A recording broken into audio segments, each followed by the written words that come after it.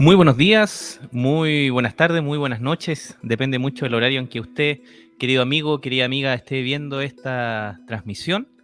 Ya nos encontramos nuevamente junto a ustedes en vivo y en directo a través de las distintas plataformas de Radio Trapananda para dar inicio al tercer capítulo de este programa que hemos denominado Psicología de la vida cotidiana, porque de psicólogos y de locos Todos tenemos un poco. ¿Cómo está, querida Antonia? Bueno, aquí estamos resistiendo. En realidad tuve la mala suerte de contagiarme con estos bichitos del invierno acá en Chile, así es que un poquito resfriada, pero con todas las ganas y el ánimo para poder seguir aprendiendo en realidad los conocimientos que nos entrega este programa, con la ayuda, por supuesto, y el apoyo de nuestro querido profesor Daniel Altaparro, que ahí está ya conectado, listo para llenarnos de conocimiento, poder conversar acá y tratar de hacer más amigable todos los conceptos que tiene relación con esta tan productiva, necesaria carrera, y que es aprender la psicología social. ¿Cómo está, profesor? Hola, buenos días, buenas tardes aquí.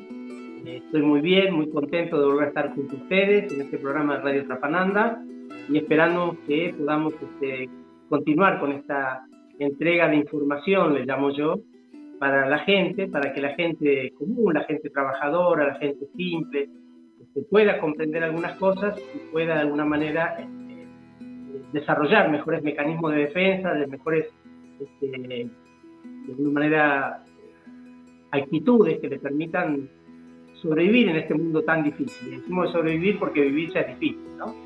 Ya sabemos todo lo que cuesta vivir, pero bueno, aquí estamos. Así que contento de estar de vuelta con ustedes. Súper. Muchas gracias, profesor. Para los auditores que se están conectando, este capítulo va a estar disponible en las distintas plataformas de Radio Trapananda. Nos pueden encontrar en vivo y en directo a través de la página de Facebook. Búsquenos ahí como Radio Trapananda, un dedito para arriba. Ya somos cerca de 86.000 las personas, amigas y amigos que componen la comunidad. Y también va a estar disponible en YouTube. Suscríbase a nuestro canal de YouTube, búsquenos de la misma forma, Radio Trapananda. Y para toda la comunidad que gusta de escuchar podcast, ¿cierto? A veces se van moviendo por camino a su trabajo, nos puede encontrar en la plataforma de Spotify. Así que estas son las tres modalidades en las que usted puede escuchar este programa, que ya vamos en el episodio número 3. Exacto. Y para hoy tenemos preparado también ya de lleno. El primer capítulo fue una pequeña introducción de lo que consiste la psicología social. El segundo capítulo nos ha acompañado la Red de Psicólogos Sociales de Argentina. Ahí tuvimos también el honor de tener a grandes expositores, grandes psicólogos, donde nos contaban su experiencia. Todo esto enmarcado en el Día Nacional del Psicólogo Social de la Argentina. Y para hoy también tenemos preparado un sinnúmero de conceptos, material, ya entrando de lleno a esta disciplina. Claro, como bien dice Juan Manuel, hoy día entonces el capítulo estaría orientado a ya trabajar conceptos propiamente tal de esta carrera que es psicología social. Y deberíamos partir, profesor, con retomar en realidad qué es la psicología social. Bueno, en realidad ya entraríamos de lleno en el tema, como tú dijiste bien, Antonia, y lo que nos deberíamos preguntar es qué es la psicología en general, porque comúnmente la gente habla de psicología. Ya en el siglo pasado, la mayoría de los psicólogos, psiquiatras, cuando recién comenzando por Freud y todos los que lo siguieron en la escuela, ya se sabía del aspecto social, se intuían muchas cosas que luego se confirmaron en la práctica. Muchas de las cosas que dice Freud en el siglo pasado son ciertas, otras no. Freud tuvo enormes aciertos y profundos errores de concepto, pero que hay que entenderlo porque pensemos que Freud es un profesional que nace en 1856, cuando llega en 1900 él ya era un hombre mayor, formado, dentro de una disciplina que era la medicina, y tratando de ver lo orgánico, pero bueno, no dejando de desconocer lo social. Hoy podríamos decir que la división entre psicología y psicología social es falsa. No existe ninguna psicología que no sea social. No existe. O sea, el ser humano es un ser individuo, biopsicosocial. Es biológico, es psicológico y es social.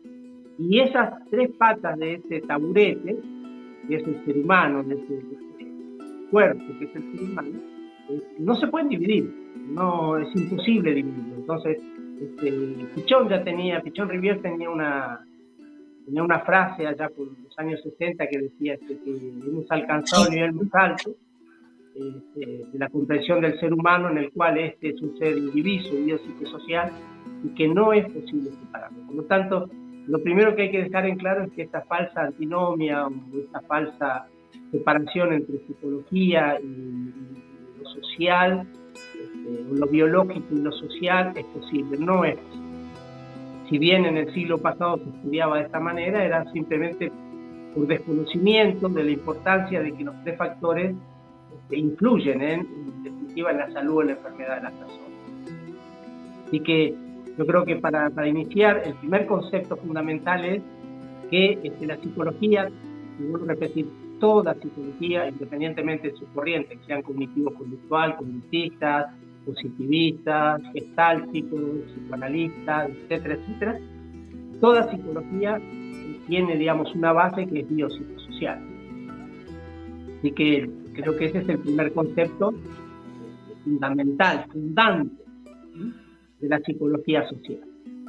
Así que partiendo de este concepto, es que tenemos que tratar de entender al ser humano como un ser individuo, biopsicosocial, que tiene una parte, digamos, individual, personal, que se quiere, que es la parte psicológica.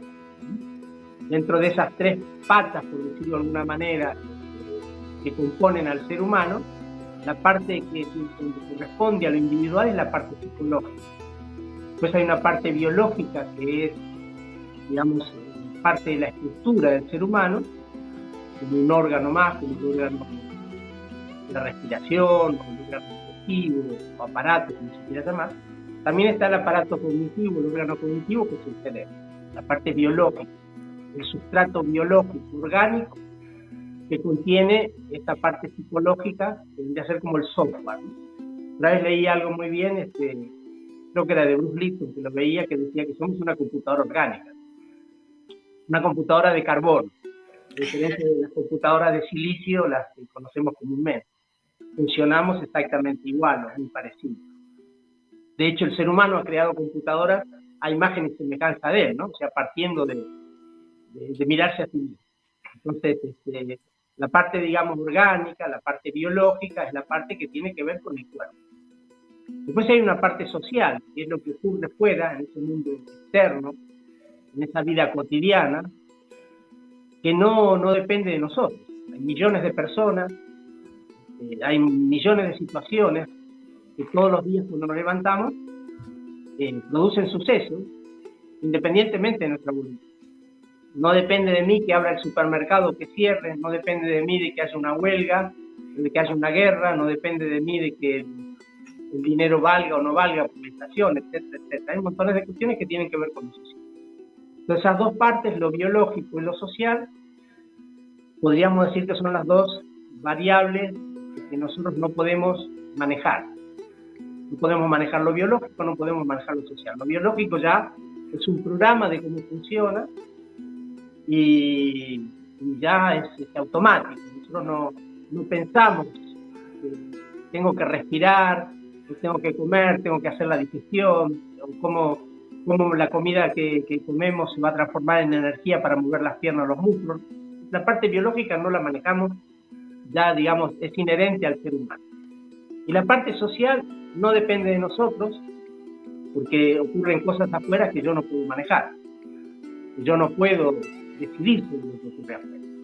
Pero sí en lo individual, que sería la parte psicológica, yo puedo decidir qué hago frente a esa realidad.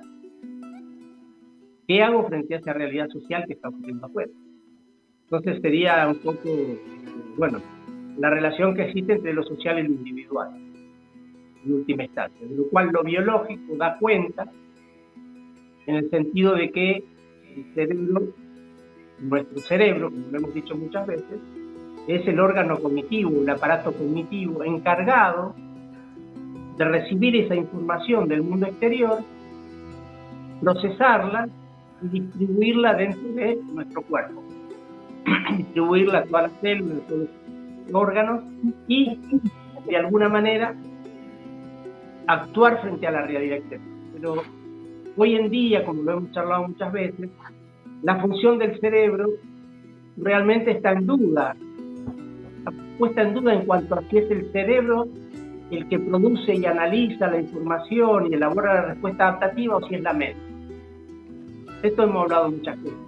El otro día justamente veía un video de un neurocientífico en el cual él decía esto: el cerebro es un órgano como cualquier otro órgano. No toma decisiones. Entonces la pregunta es: ¿quién toma la decisión? Bueno, es la mente, sería la parte psicológica.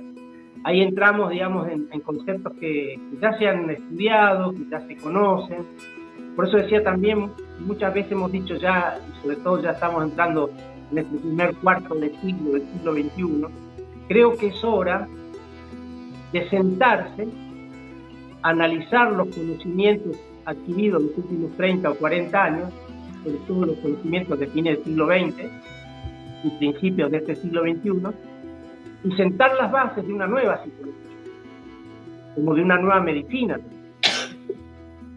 Entonces, es importante empezar a comprender que lo social tiene un impacto muy grande y que la percepción, que sería la parte individual, ¿no es cierto?, biopsicosocial, la parte psico, la parte que sería el componente analítico, el componente que tiene que ver con el razonamiento,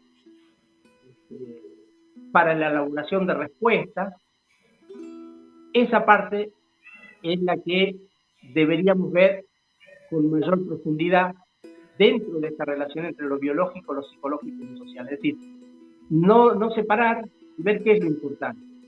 Es lo importante lo social, es lo importante lo biológico, es importante.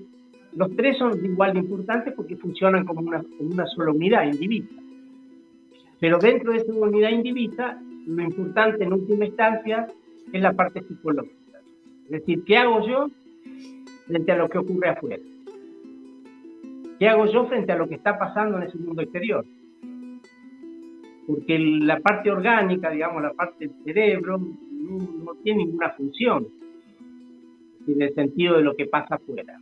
Recibe la información, la analiza, por el cerebro circula la información, pero en última instancia, por decirlo de alguna manera, dos factores fundamentales es lo que pasa afuera y cómo yo psicológicamente analizo la situación que pasa afuera.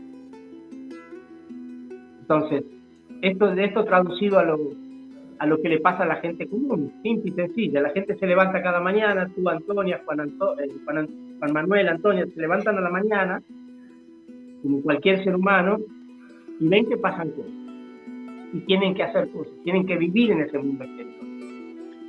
Y va a haber información nueva, la información de ayer ya es vieja, la de la semana pasada también.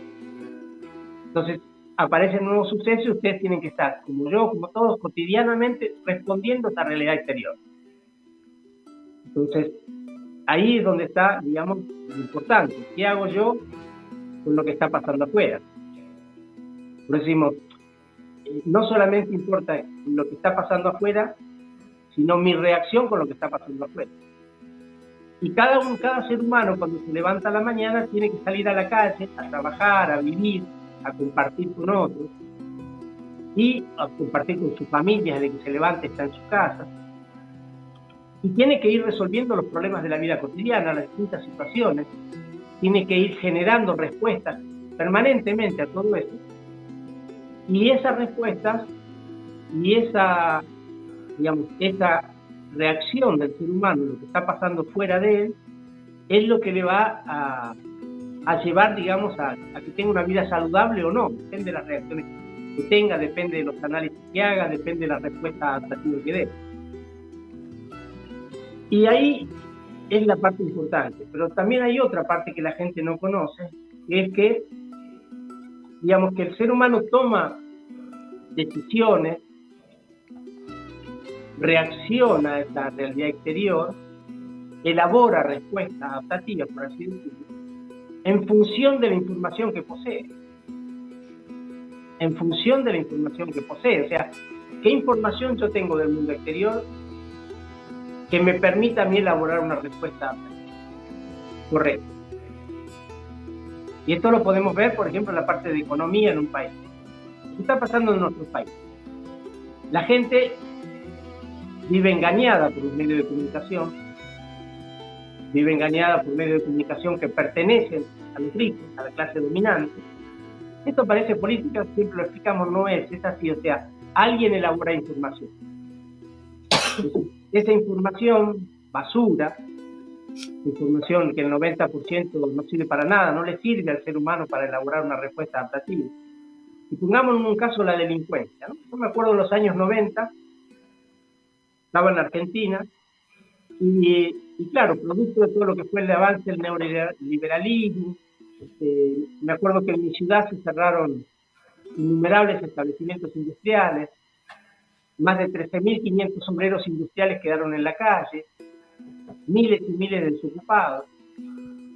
Y frente a esa realidad, que pasó en Brasil, pasó en América Latina, en casi todos los países, lo mismo que había pasado en Chile, producto de la aplicación de un modelo económico que expulsaba a la gente del mercado laboral, y aparece como fenómeno nuevo la delincuencia masiva. Empezaron a aparecer montones de jóvenes que se dedicaron a robar. Y eso se ha seguido, digamos, desarrollando en los últimos 25 años de forma increíble, que ha transformado nuestras sociedades. Y ese fenómeno de la delincuencia, que tiene que ver con una respuesta social de los jóvenes, de la gente, salir a robar porque no tengo, y después salgo a robar porque es más fácil que buscar un trabajo.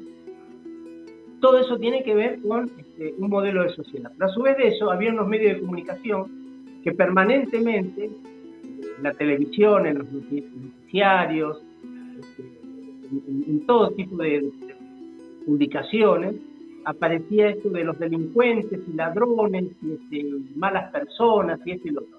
No se explicaba que eso era producto del modelo socioeconómico. Entonces se terminaban peleando unos contra otros entre pobres. Y la gente salía a la calle y veía un delincuente, un muchachito, como un enemigo, en lugar de verlo como una víctima de un modelo de sociedad que lo había excluido. Que lo había excluido de la educación, que le había negado la educación, que después le había negado un trabajo. Entonces, si tú en la sociedad moderna, en la sociedad capitalista, donde no puedes cazar, no puedes pescar, no puedes recolectar, si tú no tienes un pedazo de tierra para poder levantar una chabola, ¿y qué te queda? Te queda el tráfico de droga, la delincuencia, te queda todos estos fenómenos sociales en el cual, bueno, las víctimas siguen siendo los mismos de siempre, los excluidos, los pobres. Las cárceles se llenan de gente trabajadora, hijos de trabajadores, que alguna vez los padres, los abuelos fueron trabajadores y los nietos terminan siendo delincuentes que roban en la esquina, roban aquí. Entonces, toda una maquinaria de información poniendo a esos que eran víctimas de un modelo de sociedad, poniéndolos como los causantes de todo el problema social. Entonces, como sociedad, no podíamos responder y decir, no, hay que cambiar el modelo socioeconómico. No hay que seguir, como pasa en Argentina, supongo que pasará en Chile y pasa en toda América Latina, creando más cargas. No se resuelve el problema, bueno, construyamos más cargas. Entonces, ahí digamos lo social, y cuando hablamos de lo social, no solamente hablamos de la familia, hablamos de los amigos del barrio, de los compañeros de trabajo, sino que fundamentalmente hablamos de ese enorme poder que son los medios de comunicación y un Estado que está al servicio de la clase dominante. Entonces, ahí vemos el impacto de lo social. Y en lo individual, ahí vamos a la parte donde yo sí puedo decir, yo puedo vivir en una callampa, puedo vivir en una vida miseria, como decimos en Argentina, pero puedo salir si yo elaboro una respuesta adaptativa correcta. No tengo como única opción salir a robar y terminar en la cárcel o muerto, sino que tengo la opción de construir otra respuesta adaptativa. Pero para eso hay que darle herramientas a los jóvenes para que digan, no, el camino no es este. Recuerdo que trabajando en Colombia, me impactó mucho un reportaje que le hicieron unos jóvenes de unos barrios de Cali, los barrios más duros de Cali, y los jóvenes decían, ustedes lo que nos ofrecen es la cárcel, el cementerio o el hospital. Ninguna de esas tres cosas nos interesa. Los jóvenes con más conciencia decían, bueno, ¿qué tiene el modelo de sociedad para ofrecernos de distinto para que nosotros hagamos eso?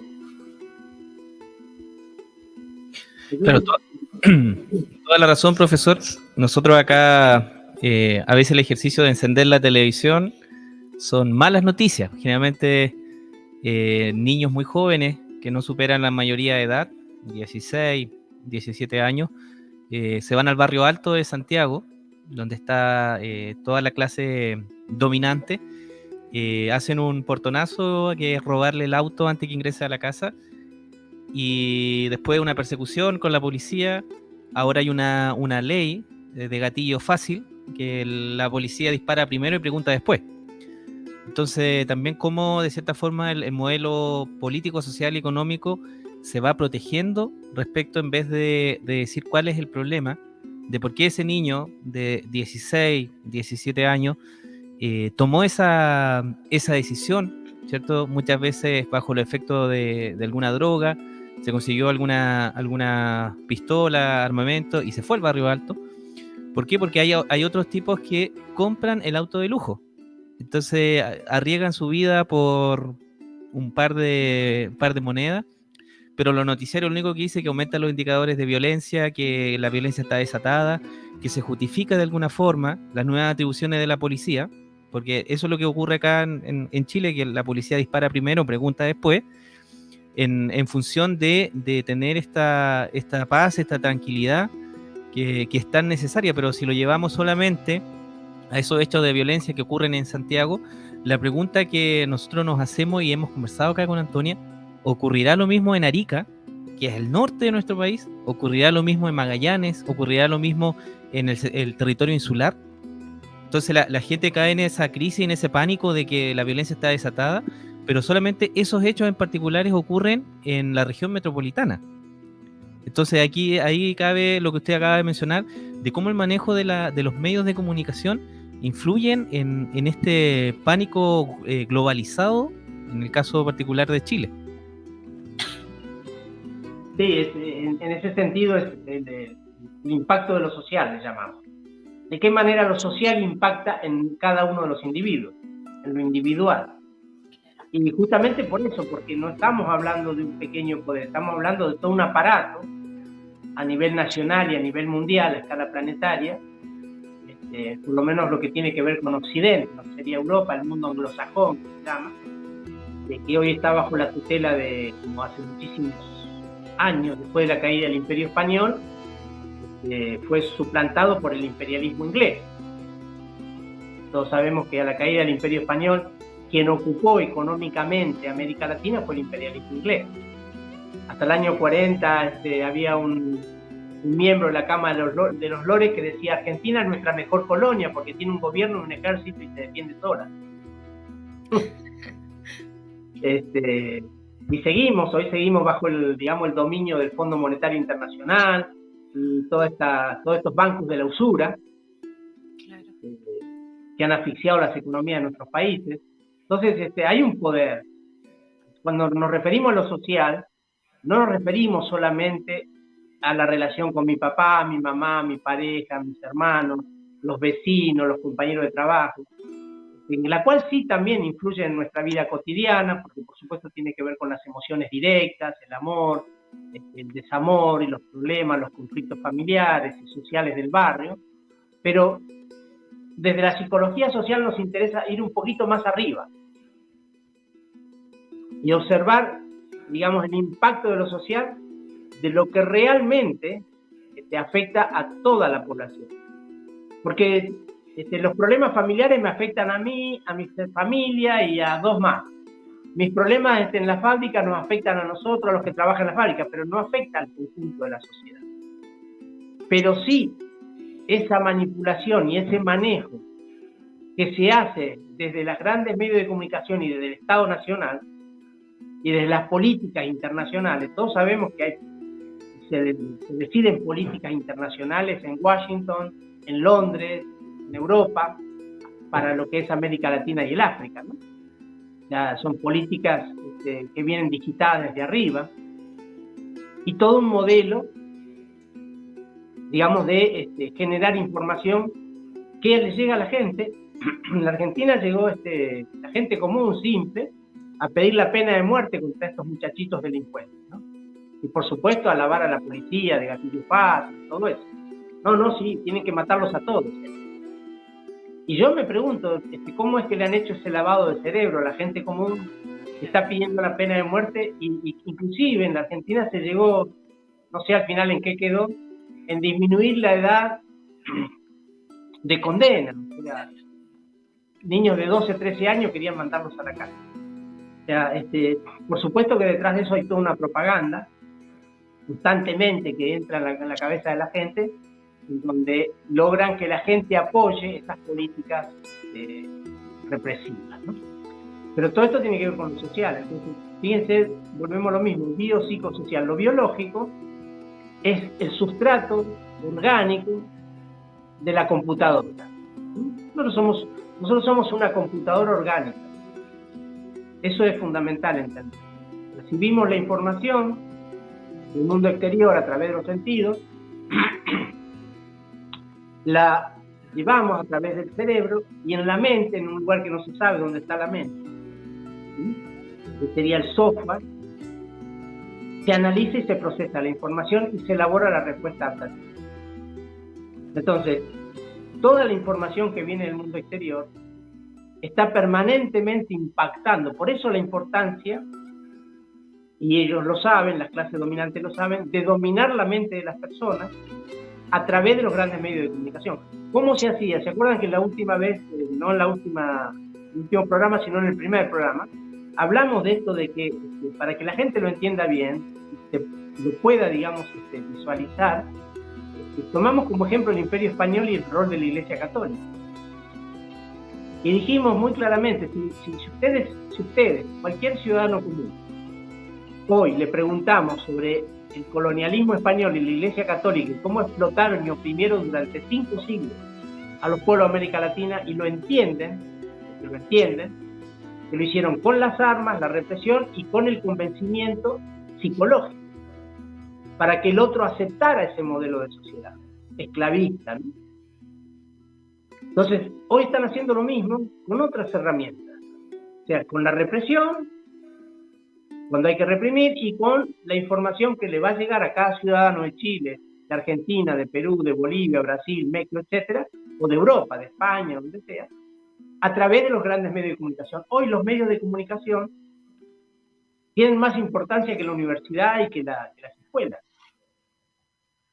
Ellos formatean, por decirlo en términos de computación, formatean la mente de las personas. Y les hacen creer a las personas un montón de conceptos falsos. Engañan a las personas, manipulan a las personas. De hecho, el ejemplo está cómo es posible que en Chile o que en Argentina, o cualquier país de América Latina, el 50 o más del 50% de la población termina votando a partidos de derecha. Claro. A partidos que les roban todo. No digo que los de izquierda sean mejores, no lo son, pero están votando a sus verdugos. Es decir, realmente, yo pongo el ejemplo de Argentina, que lo conozco porque es mi país, ustedes me pondrán algún ejemplo de Chile. En Argentina hay un señor que se llama Macri, apareció allá por el 2010, 2008, que pertenece a la clase alta, a la burguesía, un ladrón que se ha robado un montón de dinero, él, el padre, la familia, del Estado, siendo negociado y todas esas cosas. Y la gente vota a un hombre que no pertenece a su clase social y que le va a robar. Y tú dices, ¿cómo puede ser que una persona que anda a pie, que no tiene para comer, vota a un rico? Entonces, yo digo a la gente, pero mira que el rico va a velar por sus intereses, no por los tuyos. Claro. Pero bueno, ahí está el secreto de la dominación. El secreto, por eso siempre decimos que la única esclavitud es una esclavitud psicológica. No existe otra esclavitud que no sea la psicológica. La persona es esclavo psicológicamente de ciertas ideas que le son impuestas desde lo social. Entonces, en esta parte de tratar de entender la psicología social, que vuelvo a repetir, no existe la psicología que no sea social. Yo me levanto y me despierto a la mañana y ya vivo en un mundo social y estoy absorbiendo la información permanentemente de ese mundo social y no la puedo separar. Yo no puedo decir, no sé, me tendría que ir a vivir a la montaña, al medio del desierto, a la punta del Everest o de la Aconcagua, solo. Entonces, bueno, ahí lo social no me afecta. Sí, pero no se vivía, ¿no? Entonces, es importante esto de lo social, lo psicológico y lo biológico. Entonces, profesor, como para ir redondeando,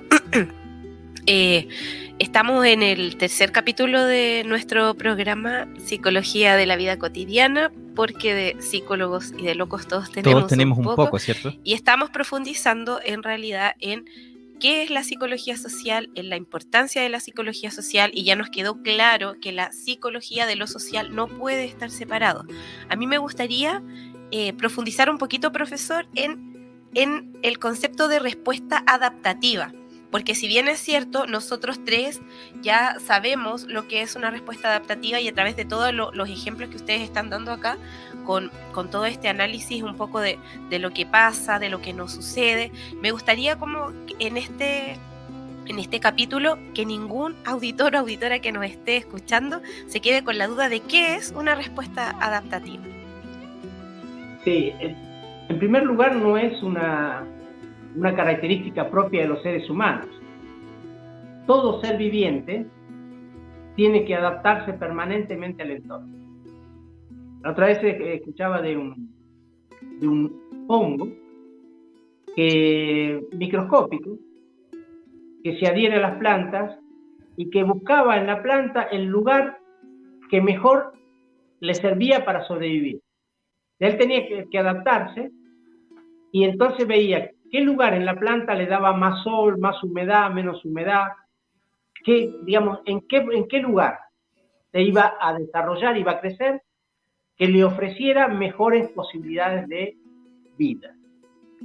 Todo lo que son las plantas y los animales, y todo tipo de vida, se va a adaptar, tiene que adaptarse permanentemente al entorno físico, a la montaña, al mar, al desierto, al entorno geográfico y físico. Para nosotros los seres humanos no es tan importante el entorno físico. Nosotros hemos desarrollado la capacidad para adaptarnos a cualquier entorno físico, sea vivir en Groenlandia, vivir en el Sahara, vivir en Europa, vivir en el medio de una villa miseria o en una clase rica. A cualquier situación nos podemos adaptar, en el sentido de social. En cuanto al tema de la adaptación bueno, yo tengo que responder. A mí mañana me quedo sin trabajo, mañana me pasa algo, tengo que adaptarme a la realidad social. Hay una guerra en mi país, hay una crisis económica, se ha muerto un familiar y me genera una serie de desequilibrios emocionales. Tenemos que adaptarnos a los constantes sucesos que se producen en nuestra vida cotidiana. Sí, cada día nos tenemos que adaptar a lo que está pasando. Lo que pasa es que no somos conscientes de esas pequeñas adaptaciones cotidianas, pero nos tenemos que adaptar. Lo que sí sabemos y vemos, cuando hay, por ejemplo, una crisis económica, cuando hay una catástrofe climática por una inundación y demás, tenemos que adaptarnos a los cambios que se van a producir en nuestra vida cotidiana porque hemos perdido la vivienda, porque hemos perdido el trabajo. Entonces, adaptarnos constantemente. La respuesta adaptativa significa, ¿qué hago yo frente a lo que está pasando afuera? Me tengo que adaptar y adaptar en el sentido, Michel Revier decía que en última instancia la salud mental, el concepto de salud mental, estaba ligado a la adaptación activa a la realidad. Porque él decía que había dos formas de adaptarse a la realidad. Una era una adaptación pasiva, me resigno. Bueno, es lo que hay, como dicen aquí en España. Entonces, mañana hay una guerra, bueno, sí, me dicen que tengo que ir a la guerra y bueno, me adapto, voy a la guerra, por ejemplo. O hay una crisis económica, entre comillas, inventada por los ricos que decidieron cerrar un área económica en el país y quedamos un montón de gente en la calle y bueno, ya, me adapto a eso. Pasivamente, lo acepto pasivamente, sin tener ningún acto creativo, un acto transformador de esa realidad. Entonces él decía, la adaptación activa a la realidad es la adaptación en la cual el individuo transforma con sus actos la realidad que le está pasando. La transforma en un sentido positivo. Porque volvemos a lo mismo. Tú te quedas sin trabajo, tienes dos opciones, o múltiples opciones. Pero dices, bueno, ¿salgo a robar o busco otro trabajo? Salgo a robar, me quedo en mi casa sin hacer nada, digo, me quedé sin trabajo. Esas son adaptaciones, bueno, en un caso el de salir a robar sería una adaptación patológica, una adaptación no correcta. La otra, quedarme en mi casa, sería una adaptación pasiva. No, ustedes vieron muchos trabajadores que se han quedado sin trabajo y buscan el primer año, los primeros meses, y después ya dejan de buscar trabajo y se transforman en una persona que está ahí en la casa, como un florero, ¿no? No cambia nada de su vida, vive de lo que le dan. Y hay otro que dice, no, yo voy a cambiar mi vida. Me voy a mudar de ciudad, voy a hacer algo. Entonces, el concepto de adaptación sería, ¿qué hago yo para cambiar mi vida? ¿Qué hago yo para, frente a esta situación, buscar lo mejor que yo pueda para mi vida? Es decir, buscar la solución, la mejor solución posible. Porque no hacer nada no es una solución. También se adaptan. Es una forma, como le llamaba Pichón Rivière, la adaptación pasiva. Bueno, no hago nada, aquí estoy, perdí el trabajo. Sí, fui aquí, busqué, no había, me dijeron que no, y bueno, estoy en casa. ¿Cuánto hace? Yo hace 5 años cerraron la fábrica. Y está ahí, tomando un mate en la casa, charla con el vecino. Una adaptación pasiva. Y lo mismo pasa como sociedad. Como sociedad nosotros podemos tener una adaptación pasiva, una adaptación patológica, que es lo que está pasando en nuestros países, con el aumento de la criminalidad, la drogadicción, la delincuencia, la violencia, en todas sus manifestaciones. Si la gente se adapta, claro que se adapta, pero ¿cómo se adapta? ¿Bien o mal?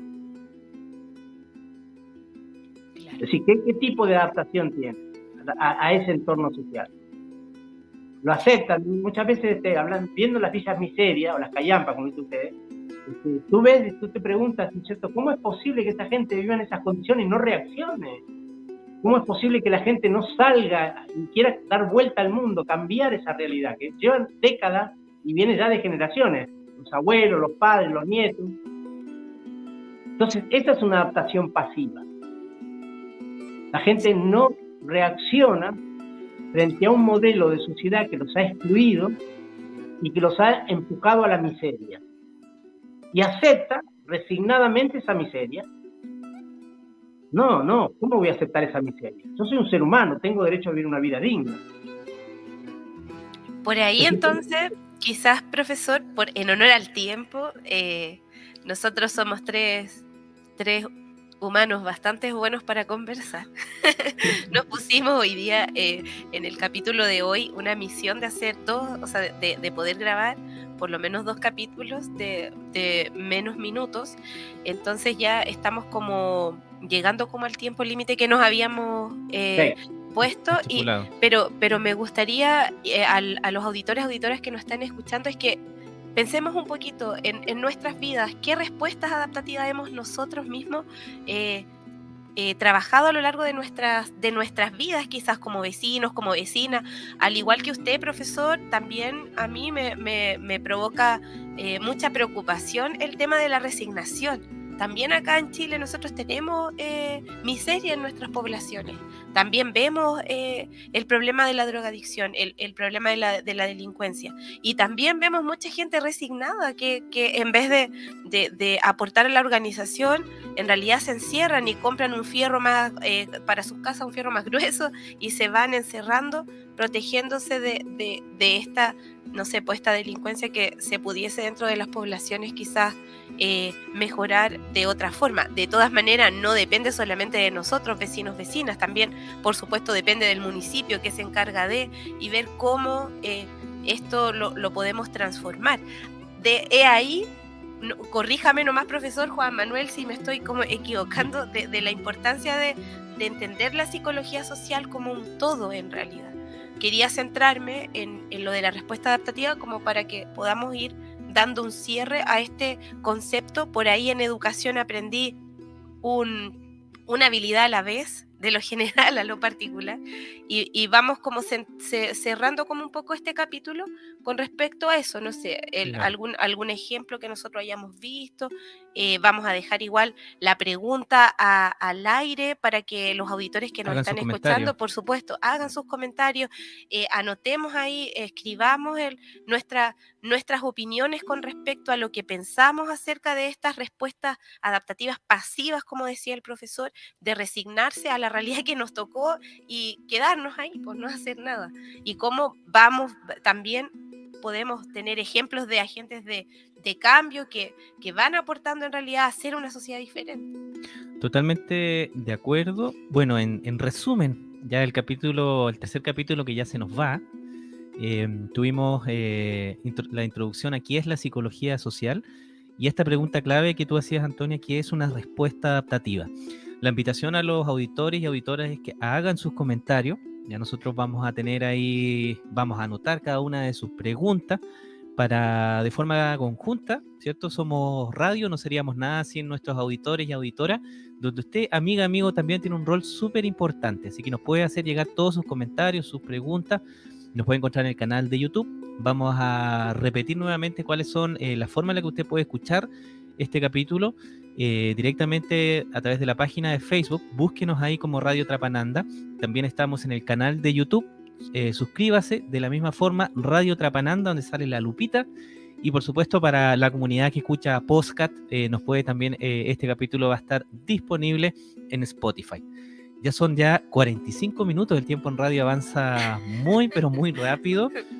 De este programa que lleva por nombre Psicología de la Vida Cotidiana, porque de locos, de psicólogos y de locos, todos tenemos un poco. Exacto, sí, no sé, dele, profesor. Yo quisiera cerrar este capítulo con dos conceptos fundamentales. Que la psicología social, como toda psicología, es biopsicosocial, que es indivisa, no se puede separar.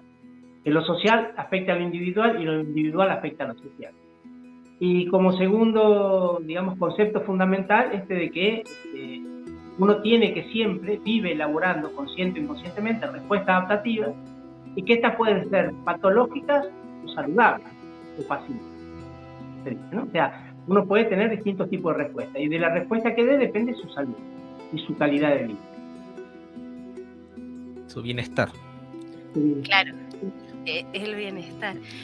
Cerramos entonces este primer capítulo. Yo igual los voy a invitar a cerrar con una canción.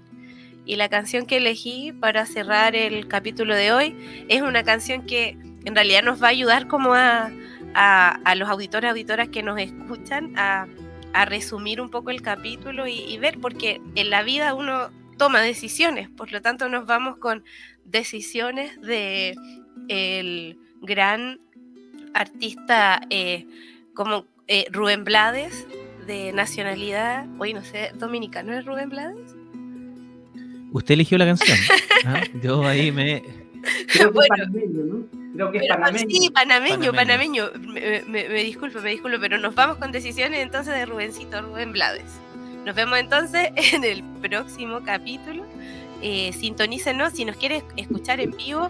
Por ahí recuerde que el capítulo lo transmitimos los días lunes, horario chileno, 21 horas, sí. Y horario en otros países, en realidad tendría que ponerme a ver bueno, el mapa.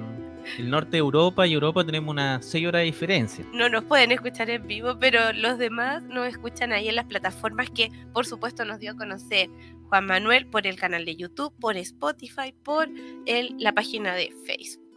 Así que los dejamos cordialmente invitados entonces para el 4º capítulo.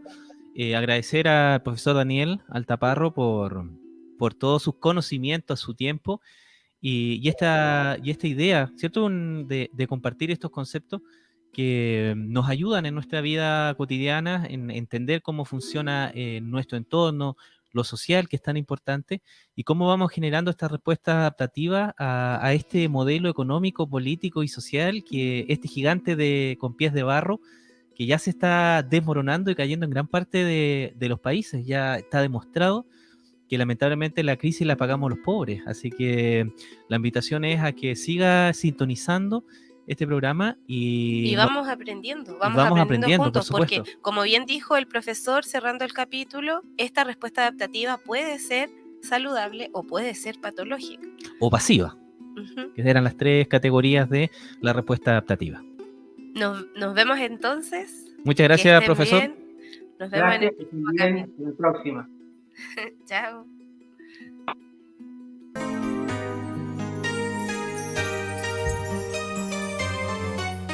Enrique Becerra en el teclado.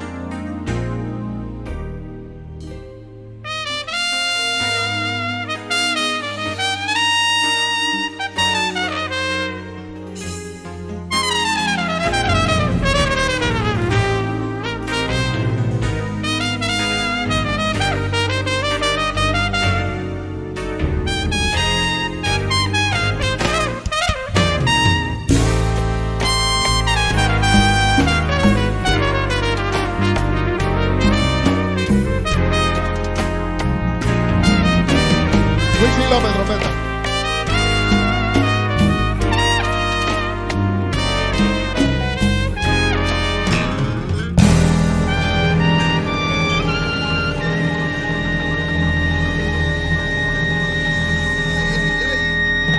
La ex señorita no ha decidido qué hacer.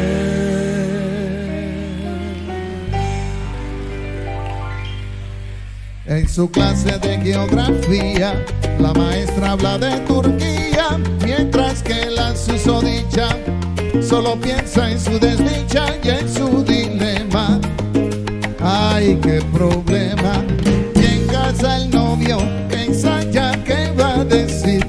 Seguro que se va a morir cuando los padres se enteren. Y aunque él salir huyendo prefiere, no llega a esa decisión, porque esperar es mejor, a ver si la regla viene. Cada día alguien pierde, alguien gana. Ave María. Bendiciones, todo cuesta. Salgan bien en sus apuestas, ciudadanía.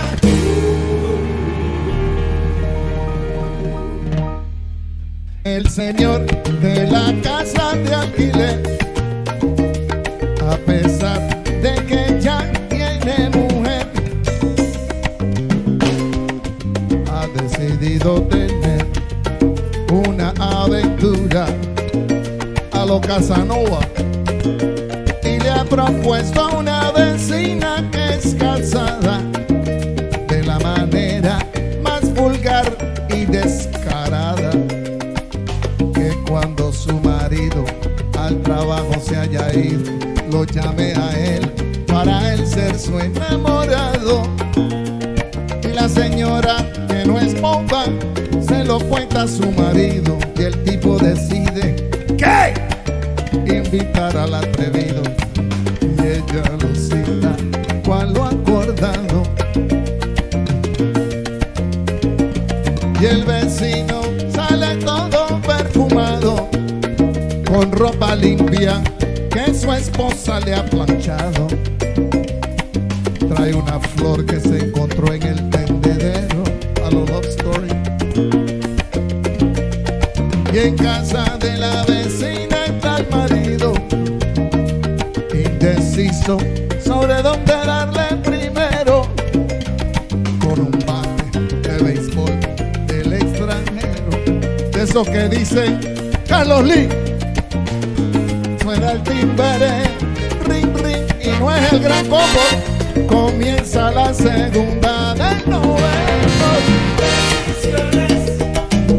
Cada día alguien pierde, alguien gana. Ave María. Oye gato, todo cuesta.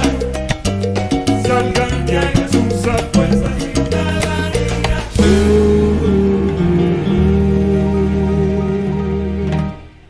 El borracho está convencido que a él el alcohol no le afecta los sentidos. Por el contrario, el tipo cree que sus reflejos son mucho más claros y que tiene más control.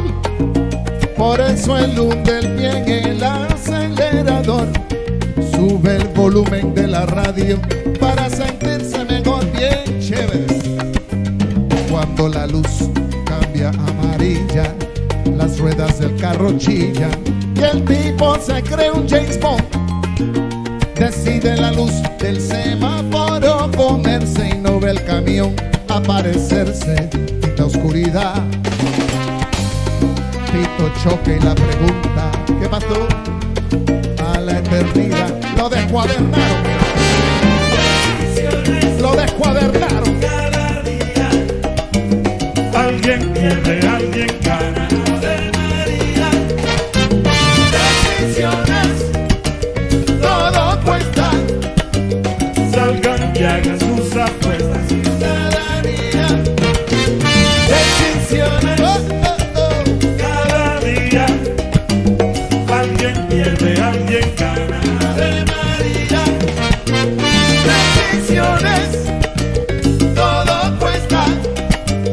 Salgan y hagan sus apuestas. Cada día.